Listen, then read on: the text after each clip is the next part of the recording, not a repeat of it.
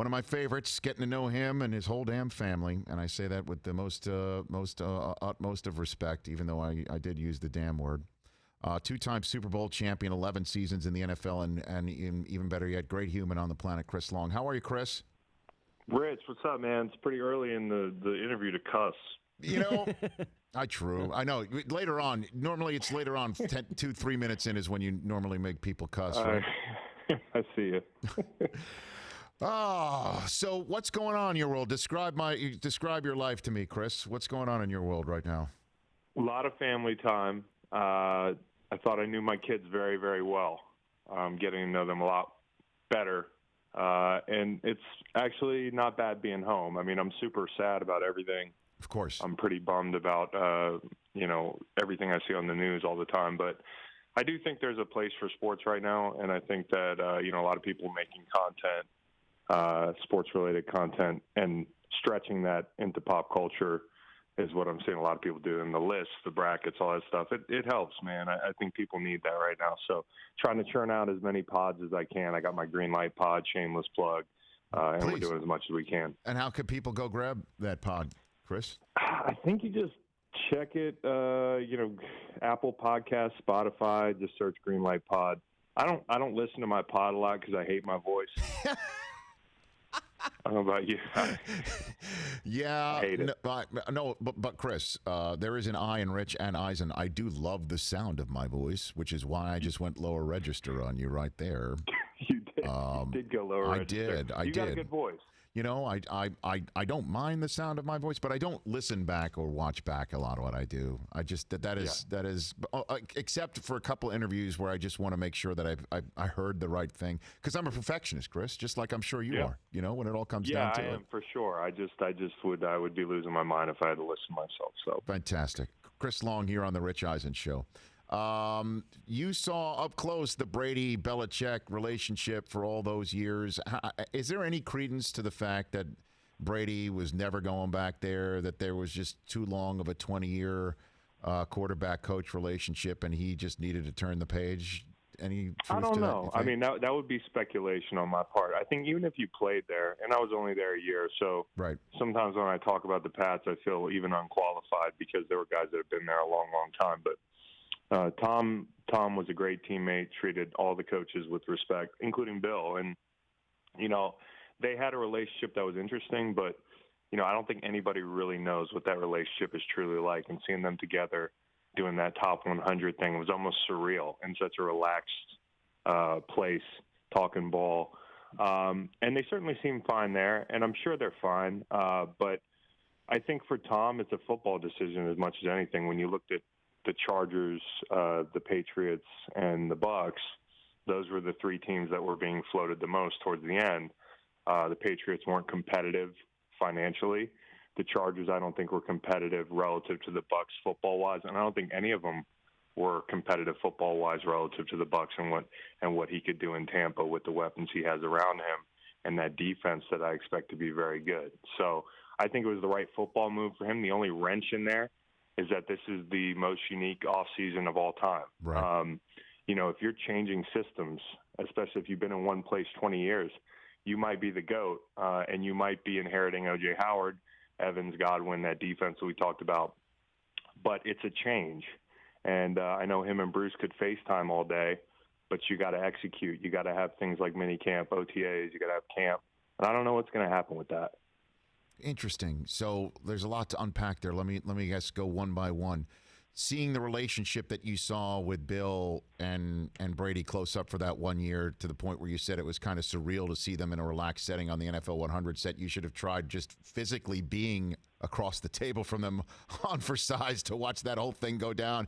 And it was the first segment of the entire series that we shot too. So just me sitting there seeing Belichick in the role of analyst for the first time, and there's Tom Brady next to him, and the two of them kind of talking about each other without actually having the conversation yet, because it was just a dynamic. Everyone was trying to feel out what it was like in a television setting. It was interesting. But how is that relationship, as you saw it work, different from, say, other quarterback coach relationships? And I know nobody else is Brady, nobody else is a GOAT. But how was it any different from what you witnessed in your career?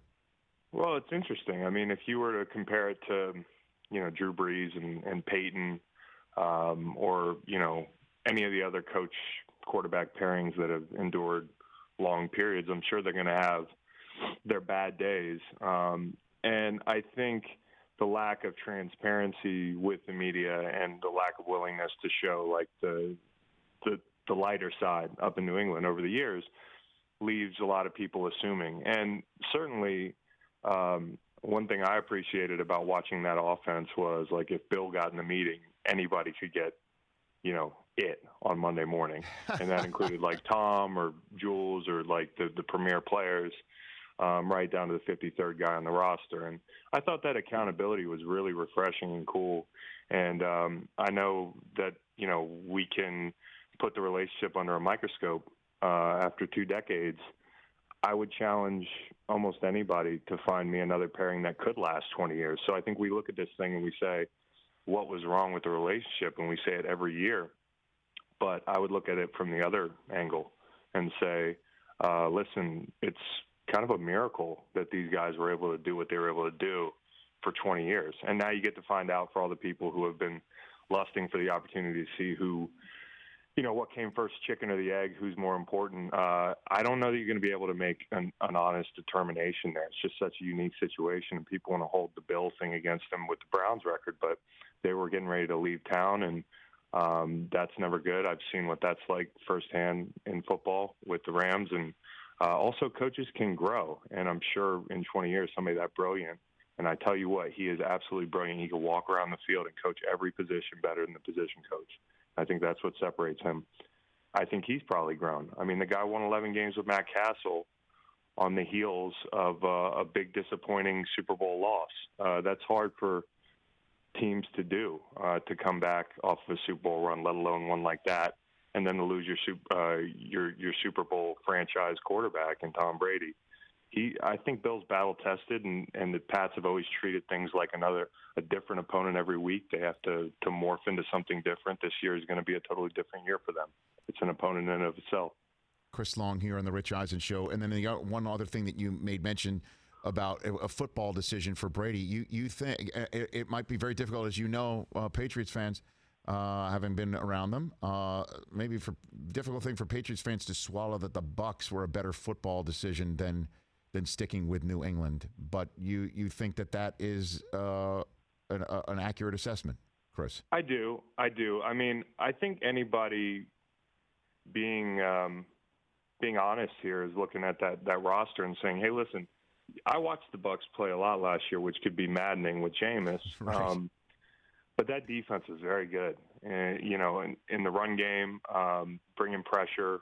I think they're going to be a top 5 defense this year. They've done a good job locking up their rushers, which is huge because those rushers are going to have more consistent leads. That defense is going to stand to gain some secure footing by playing more complementary football, less turnovers, less unpredictability. I mean, sudden change is like the dirtiest word on defense, and that's when you're trying to drink water and you got to rush back out on the field and put your helmet on because Jameis threw another pick. And I do like Jameis, and I see why it's tantalizing, but Tom's going to give them more stability, so the defense will improve. O.J. Howard's going to improve. Evans, Godwin, they've got a number of talented individuals on that offense. And I think all they really have to fix down there is the uniforms. And they're going to reveal new ones in the next couple of days. So, Tom's got the Jeter house, and he got Godwin's number 12. He did. Which is fine. Yeah, which he didn't even have to buy it, which is just another example of rich people getting stuff for free. So. He didn't. He just got the 12. Godwin had like an incredible season for him, a transformative season for him. And the 12, he just coughed it right up, said, I'll take 14. Yeah, you take number 14.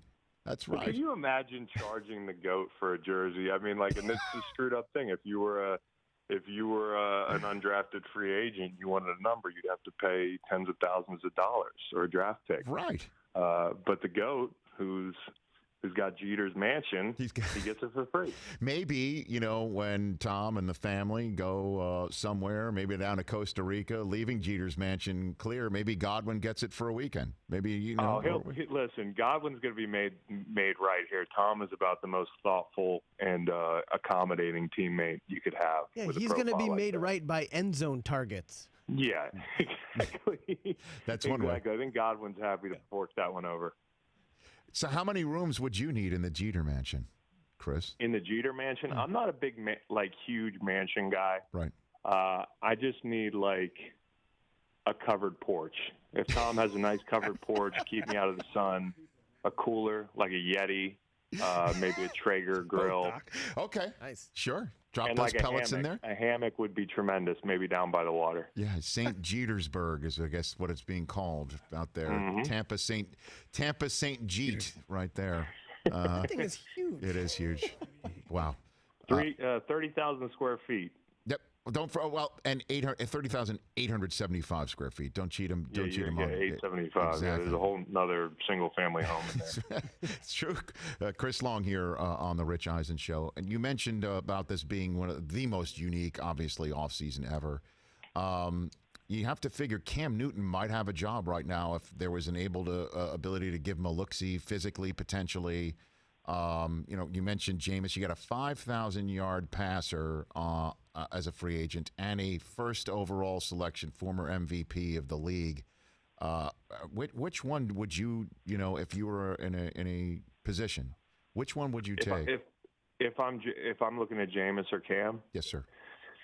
As a fan, I want to see Jameis. I wanted to see Jameis in New England because it's good TV. I want to see Jameis in Las Vegas. I want to see, I want to see Gruden and Jameis. I want to see Bill and Jameis. But, if Cam's healthy, and that's the big question, that's the unfortunate part of this thing, and he stands to lose and has lost the most out of almost anybody, the timing of it, even on the Panthers end, if he'd have had a head start a couple weeks earlier, who knows? It's been a game of musical chairs. And as you get older in the league, you see, in free agency, when you're young and you hit the market for the first time, and as a player in my prime, I never hit the market, the open market when I was putting up good numbers. So I never had that experience. But later in free agency, you watch those chairs get, sat in, and eventually, just like that, there's less and less. And I can only imagine for a quarterback who's been an MVP, who's put up big numbers, who's carried a franchise and been shorted by that franchise, quite honestly, as far as surrounding him with talent, to now his first chance on the wrong side of 30, to start somewhere fresh where they might surround him with the right pieces. And it is a game of musical chairs.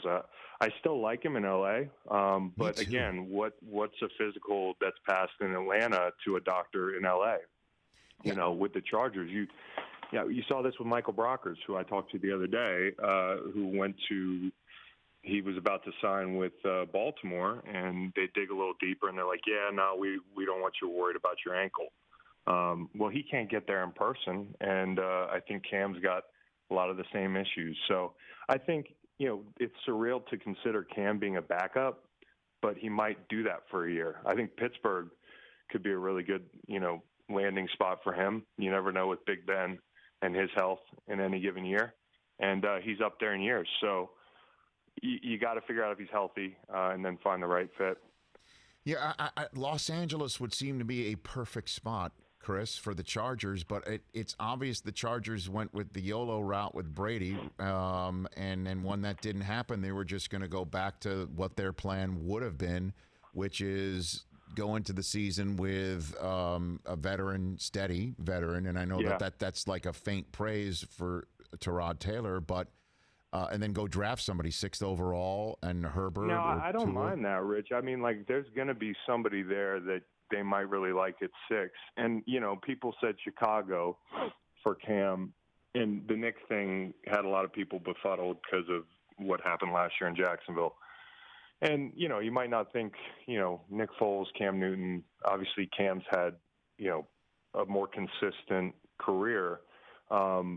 But then you look at things like Chicago, and Chicago's running Philly's offense. They're running Kansas City's offense. So there's intricacies that go into this thing. And as you looked at each landing spot, you add in the factor that Cam hasn't had a physical plus the scheme differences, and it's been tough for him. I hope to see him come out on the other end, on the Panthers end. They got Brady, Joe Brady. Bridgewater has a relationship with him. And, Christian was better under center getting the ball. So, Cam's not taking under center snaps. I mean, yards per attempt, all that went up when Cam went out and they were taking snaps under center. So if your best player on offense is Christian McCaffrey, you got to make a decision at some point.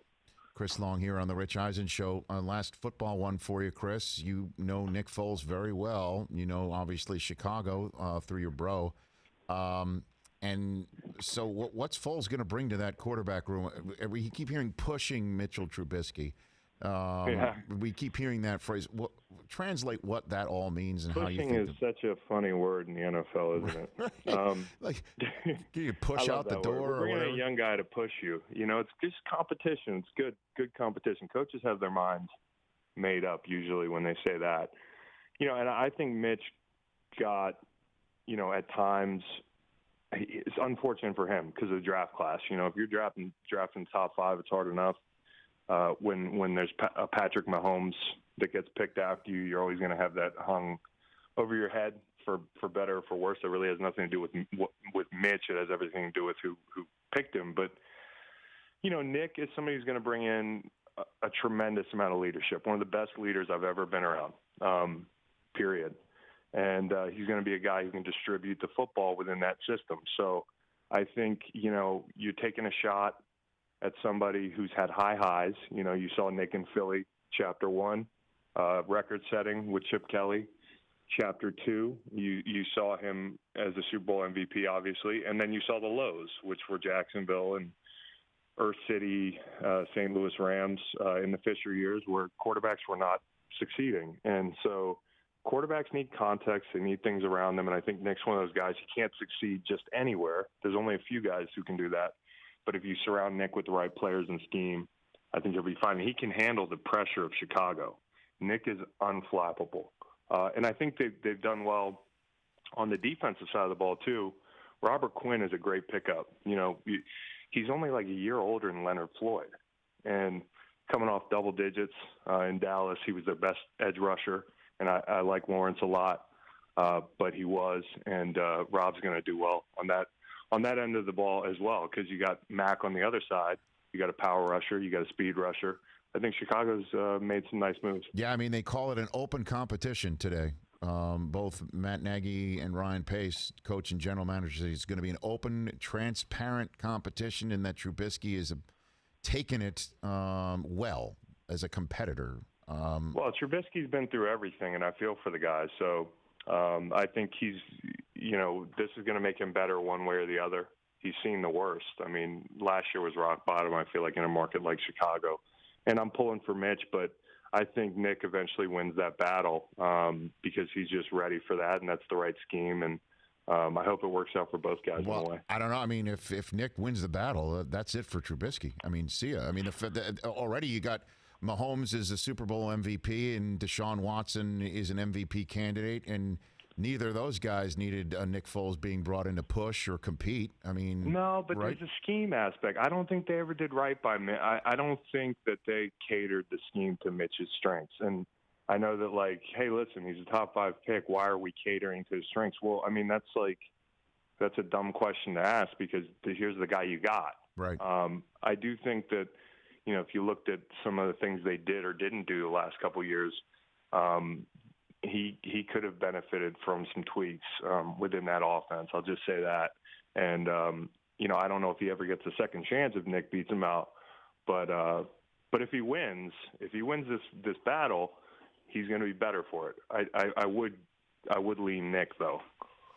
Chris, thanks for the call, man. Green Light with Chris Long on Apple Podcasts and where all other podcasts can be gotten. I'd love to continue chats on the regular with you, and if you want me to do a home and home on your pod, I'm more than... Yeah, home and homes are good. Yeah, they're good. You get the great Rich Eisen on my pod. No problem. I like that idea. Before we go out the door, Your Uber rating. I asked you to send it. You did. The reason why is, oh God, look at that. A sterling 4.90. Oh, yeah. Oh my gosh. Is that good? Is it good? Oh, just wait. No. Some people say if you're not a 5, like, you know. Nobody's a 5. Well, what if you're a 4.54, Chris? What if you're 4.54? Yeah, that's good. That's good at the combine. It's bad with Uber. So. I don't know what 4.54. Me. I don't know what I ever did. I did nothing wrong. Nothing. I think a lot of it is due to where you live. You know, you live in New York, yeah? No, I'm a New Yorker in Los Angeles. Oh, you're in LA. Okay, That's well, right. that's a stressful environment too. Yeah. I mean, Uber drivers are probably stressed, and they're probably just they're just stressed and they're rating you down. So again, it's not me, is what you're saying. It's them. It's not a me thing. Can't be, dude. It can't be. Thank you. I thought I would be lower than that. So I'm actually pretty happy about that. It's certainly, I make you look a lot better with a 4.54. 4.90. I got Of course, you're manners, Chris Long. Rich. Yeah. I got great manners. You haven't ever taken the wheel of the car like Pat McAfee once said he had to do because the guy was driving too slow. You've never done that, though, right? No, that's a bit aggressive, but that's on par for Pat. I'm more liable to just sit back there and just stay to myself. I less talking, even if, and I hate making people stressed out. So if I'm not about to miss a flight, I'll probably just wait and just rate them down. Okay, gotcha. Quietly rate down. I'll have to take notes. Chris, you're the man. Thanks again. Appreciate it. Say hi to your folks, and let's keep in touch. Thanks, Rich. Take it easy. Right Stay back safe. at you. Chris Long, love that guy. At Joel91 on Twitter and at La Flama Blanca 95 on Instagram.